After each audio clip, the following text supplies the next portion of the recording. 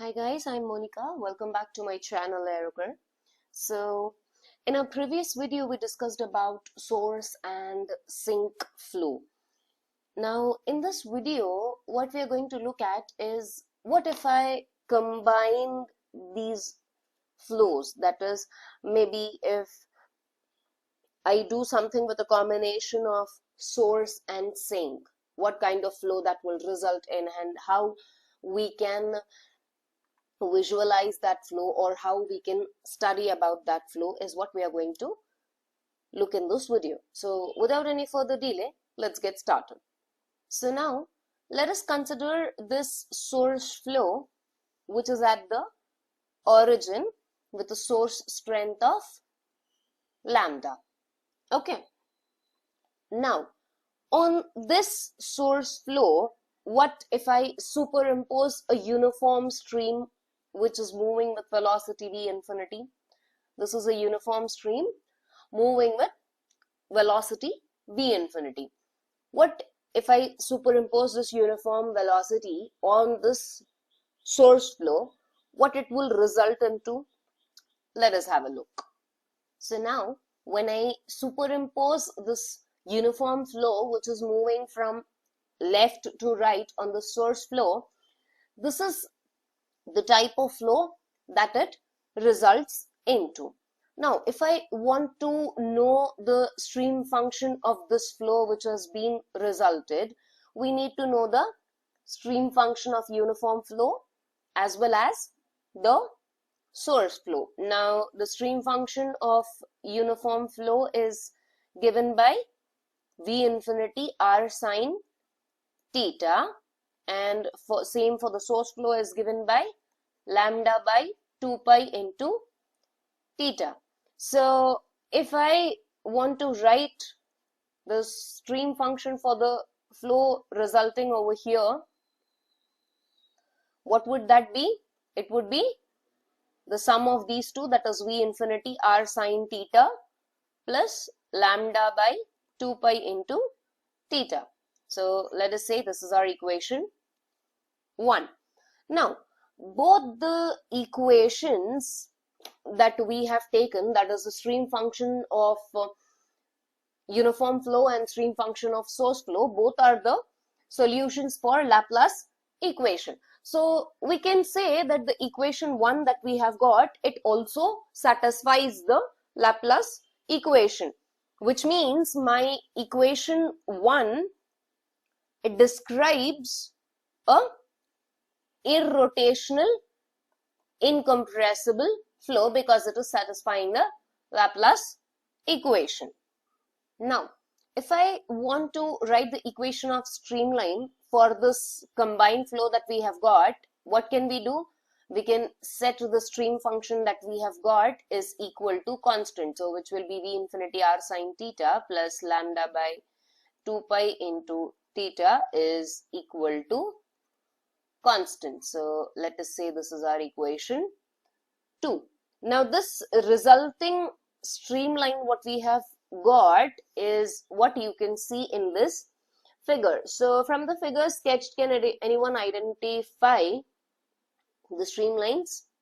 Yes, you're able to see the streamlines which is on the right side, this part, correct? The source over here, this point D is your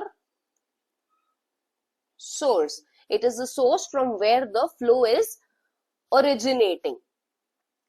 Now if I want to obtain the velocity field for this flow, the resulting flow, what are we going to do in order to obtain Vr and V theta? We're going to differentiate this equation 2. So which will be resulting in Vr is equal to 1 by r into dou psi by dou theta, which is what we know in terms of polar coordinate system. Here we have considered a polar coordinate system. So we get v infinity cos theta plus lambda by 2 pi r. This would be my Vr, and v theta is what? Minus dou psi by dou r, which is minus v infinity sine theta. This is our equation 4. So these are the two velocities that we have obtained. Now if I want to know the stagnation points in the flow, what is stagnation point? Stagnation point is where velocity is 0. The velocity is considered to be 0. That point is known as stagnation point. This is the simple definition. At this particular point of time, you can consider stagnation point to be the point where velocity would be 0.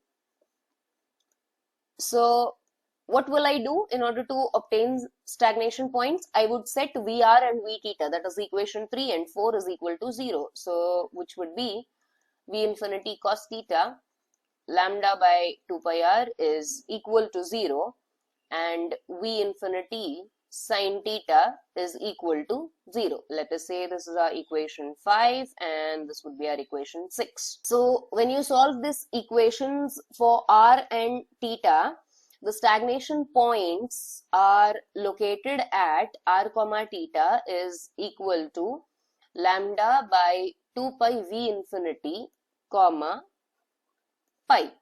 So at this point, and this point over here in this flow is nothing but your point B. That is the stagnation point which exists in this flow. Now this, what is this stagnation point? It is a distance. It is at a distance of lambda by 2 pi in V infinity directly upstream of the source. So from this source point, it is at a distance of lambda by 2 pi V infinity. Now what is this that we observe from this result? So from this result we can see that this dB grows smaller, that is it becomes smaller if my V infinity is increasing, and it grows larger if my source strength is increased. Let us have a look at the result once again. So what happens to this distance dB? If I'm increasing the velocity, that is if my free stream velocity is increasing, the dB is going to decrease. And if I make my lambda larger, that is if I increase my source strength, what happens to dB? dB is increasing, and over here in this case dB is decreasing. All right, now let us consider few cases. So as the source strength increases, and we'll keep the V infinity constant. So over here we'll increase our source strength and keep V infinity constant. So in this case, what is going to happen? The stagnation point B will be blown further upstream. That is, it is going to move further in this direction. This point B will move further in this direction. Now, second case, what we do is we increase V infinity, that is the free stream velocity, and keep the source strength as constant. So if I keep the source strength as constant and keep increasing the V infinity, what will happen? The stagnation point will move further downstream, that is in this direction towards the right. So these were the two examples that we observed, that what happens if we are going to do these possibilities or look at these possibilities. Okay. Now what we will do is we will substitute this stagnation point in our equation 2. So this is our equation 2. If I substitute these stagnation points over here in equation 2, what will that result in? Let us have a look. Points are lambda by 2 pi V infinity comma pi, correct? So if I substitute, the equation that would result in would be V infinity lambda by 2 pi V infinity sine pi plus lambda by 2 pi into pi is equal to constant. So upon solving, the final equation that I get is lambda by 2 is equal to constant. So, which means I can say that the streamline goes through the stagnation point, which is given by lambda by 2. This streamline is shown by this curve. The streamline that we have obtained is shown by this curve A, B, C over here in the figure. Now, having a look at this figure, we have some important conclusions which have to be discussed. Now, since we are dealing with the inviscid flow where the velocity at the surface of a body is tangent to the body, then any streamline of the combined flow could be replaced by a solid surface, correct? Of the same shape, because it is an inviscid flow and we have the velocity at the surface tangent to it. So I can replace this streamline with any solid body of the same shape. This is the first conclusion that we have. The second conclusion that we move on to is, if I consider this streamline A, B, C, and because it contains its stagnation point at B, the streamline ABC is a dividing streamline. That is, it is separating the fluid which is coming over here. As you can see, the other fluid is going around this, correct? It is separating the fluid which is coming from the free stream and the flow that is emanating from the source. Both are getting separated because of this streamline that is being formed. So therefore, as far as there is a free stream and all the fluid that is there inside ABC, it could be replaced with a solid body, right? So for example, I can have something of elliptical shape or of this shape over here, which is in the form of a streamline, correct? And the external flow, that is the free stream flow which is coming, would not feel any difference, because if I replace this with a solid body, what is going to happen from the source, whatever it is emanating, it will just hit this surface. But if it is only a streamline, you can imagine that this source flow, when it is coming outside from this point over here, D, and this free stream is coming, what will happen? There will be a disturbance which will be created over here, which means my flow becomes stagnant. Got it? The third conclusion that we have to look at is that the streamline psi is equal to lambda by 2 extends downstream to infinity, forming a semi-infinite body. Because it is forming the semi-infinite body, it leads to one more conclusion. What is that? If we want to construct a flow over a solid semi-infinite body, which is similar to this curve A, B, C, then we need to have a uniform free stream with velocity V infinity and add it to a source strength at point D, correct?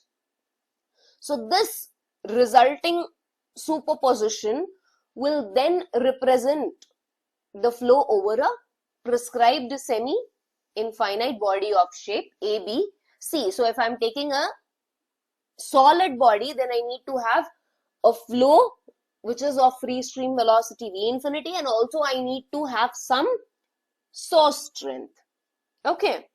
Now, let us imagine one more case. As you can see, this curve ABC is open on this side, correct? Because it is a semi-infinite body, it is open. The half of the body that is stretching in the downwards direction, it is stretching to infinity. It is not closed.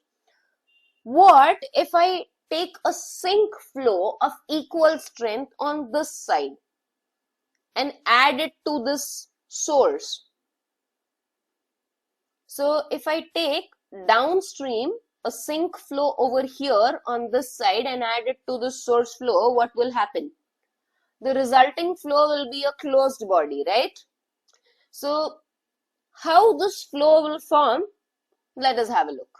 So now let us consider a polar coordinate system where a source and sink both are placed on the different sides of the vertical axis at a distance b from the origin. That is, on one side of the origin you have source and the other side of the origin you have sink, which are placed at a distance b.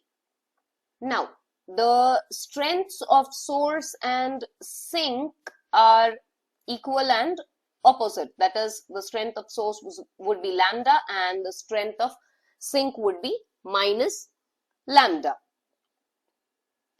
And with combination of this, we are going to superimpose a uniform flow. As we discussed, if I'm going to place a sink over here, what is going to happen? The same thing we are having a look over here. We are going to superimpose a uniform free stream, which is with velocity b infinity.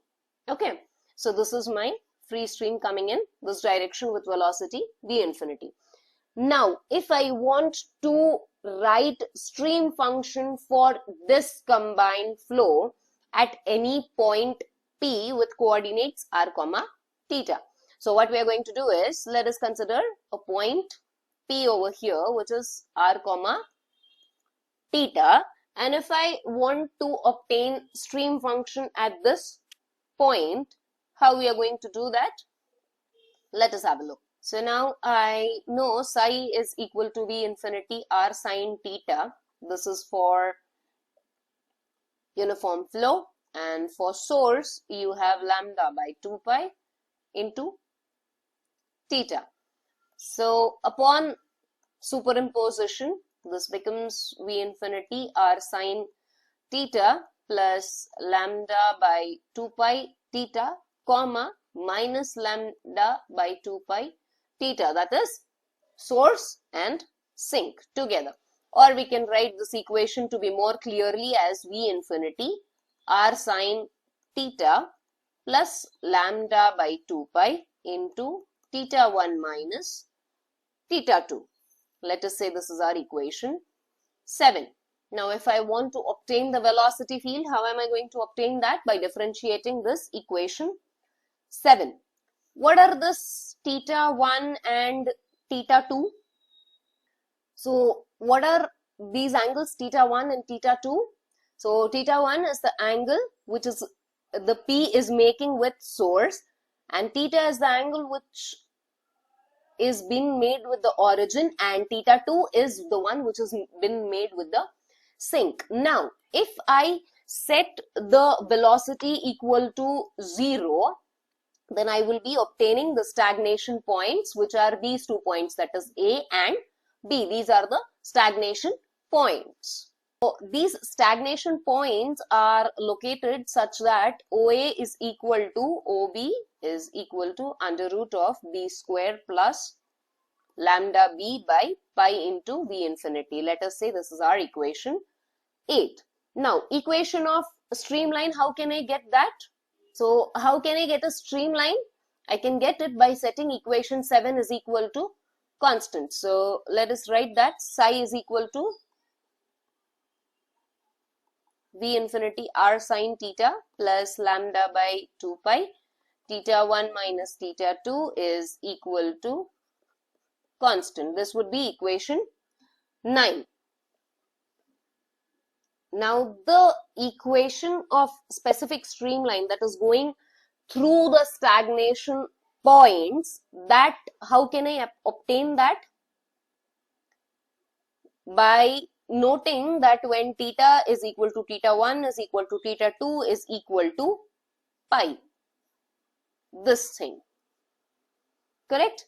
At point A, this would be at point A, and at point B, what would be the condition? Theta is equal to theta 1 is equal to theta 2 is equal to 0. So this would be at point B. If I want to obtain the equation of that specific streamline which is going through the stagnation points. So how will I get the stagnation streamline?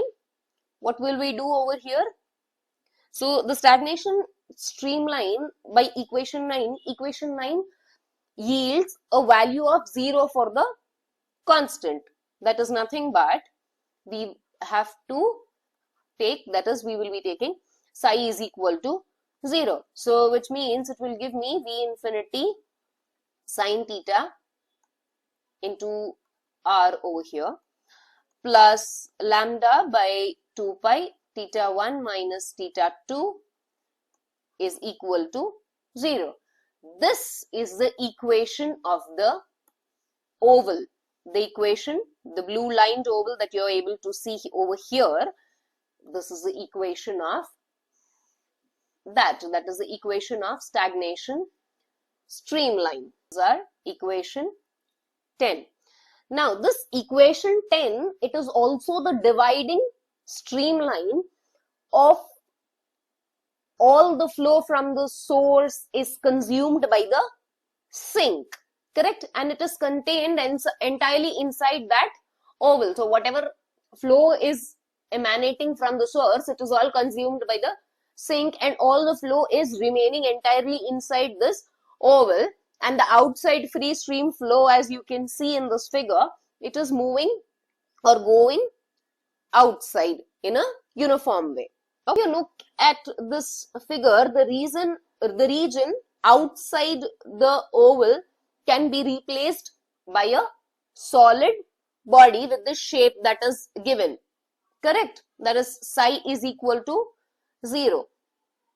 And the region outside this oval, it can be interpreted as the inviscid, irrotational, incompressible flow over the solid body. So if I'm taking this oval to be a solid body, the outside flow would be inviscid, irrotational, incompressible flow. Now this kind of flow, this oval, what you can call it as you have seen the title at the starting of the video, this oval is known as Rankine oval. And the reason it has been named as Rankine oval, because this type of flow was first solved by a Scottish engineer named W.J.M. Rankine, and that is why this oval is named on that scientist's name, that is Rankine oval. So this was one of the types of flow where you can encounter, there might be a possibility you might encounter in your real life these kind of flows, and if you encounter, how would you solve them is the reason why we have studied this kind of flow, that is imposing of source and sink with uniform flow. So I hope this video was interesting, and just having a look what happens to the flow when both are coming together. So you can also see when there is a tornado or any whirlpool in the ocean, if you observe them, so how the flow is moving in a constant ocean, or when there are any kinds of high tides or any calamities occurring in the ocean, if you observe those videos, you will encounter such kind of complicated flows where one flow is mixing with another, and how complicated it is to analyze these kind of flows. So this is it about the Rankine oval. Thank you for listening. Stay tuned.